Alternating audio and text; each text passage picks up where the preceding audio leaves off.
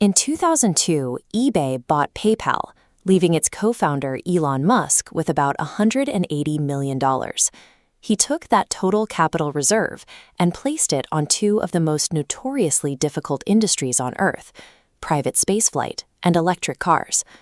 Fast forward to the fall of 2008.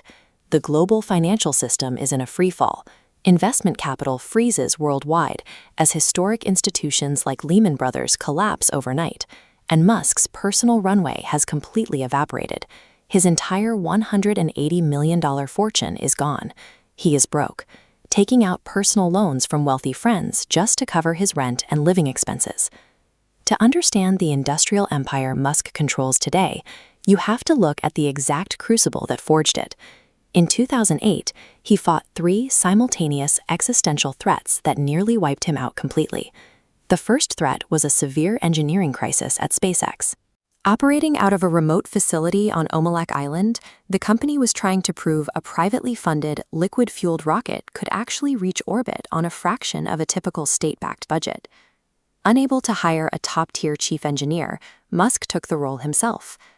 The very first launch failed when a corroded aluminum nut cracked under pressure, starting an engine fire that ended the flight in just 34 seconds. Flight 2 made it further, but suffered a different flaw. Liquid propellant sloshed around inside the unbaffled fuel tanks, throwing the rocket into a roll that eventually starved the engine. Flight 3 failed at the moment of stage separation. After the first stage detached, residual thrust in the cooling system caused the spent stage to surge forward and rear-end the second stage.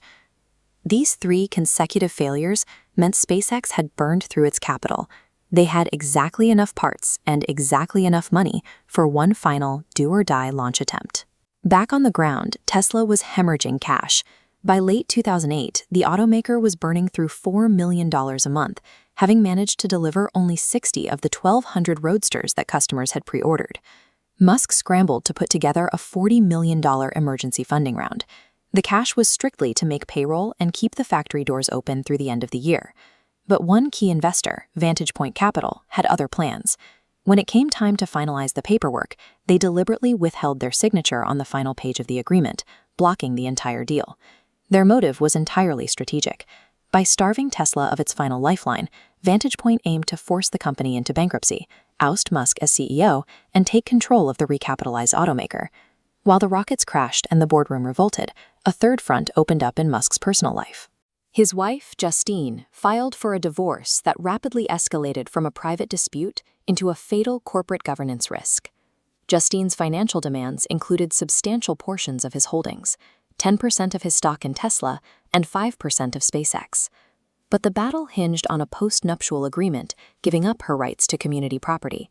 She was now fighting to invalidate that contract. If she succeeded and those shares became marital property, Musk would lose his majority voting control.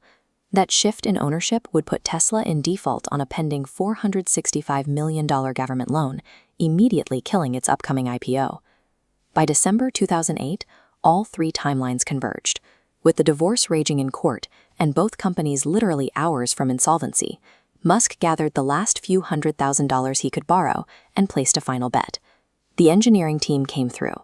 SpaceX's fourth flight successfully reaches orbit, finally proving that a privately fueled, liquid-fueled rocket was a viable technology. That successful flight provided exactly the proof of concept the government needed. On December 23rd, NASA called SpaceX and awarded them a $1.6 billion commercial resupply services contract. That single contract delivered the long-term revenue and validation needed to secure SpaceX's future, allowing Musk to redirect his focus back to saving Tesla. It is now Christmas Eve. Because Vantage Point is still blocking the equity deal, Tesla is hours away from bouncing payroll checks and declaring bankruptcy.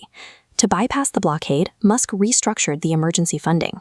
He recharacterized the equity round as a debt round. Under Tesla's charter, Vantage Point had no legal authority to veto a debt issuance. Musk committed his last $12 million, which triggered the matching investor funds. The deal closed on Christmas Eve, hours before insolvency. The legal front was also secured when the courts eventually upheld the post-nuptial agreement, keeping Musk's equity and voting rights intact. Today, the reach of Tesla and SpaceX can seem inevitable, but they survive because, in the final weeks of 2008, Musk executed a series of precise technical and legal decisions while facing total ruin on 3 simultaneous fronts.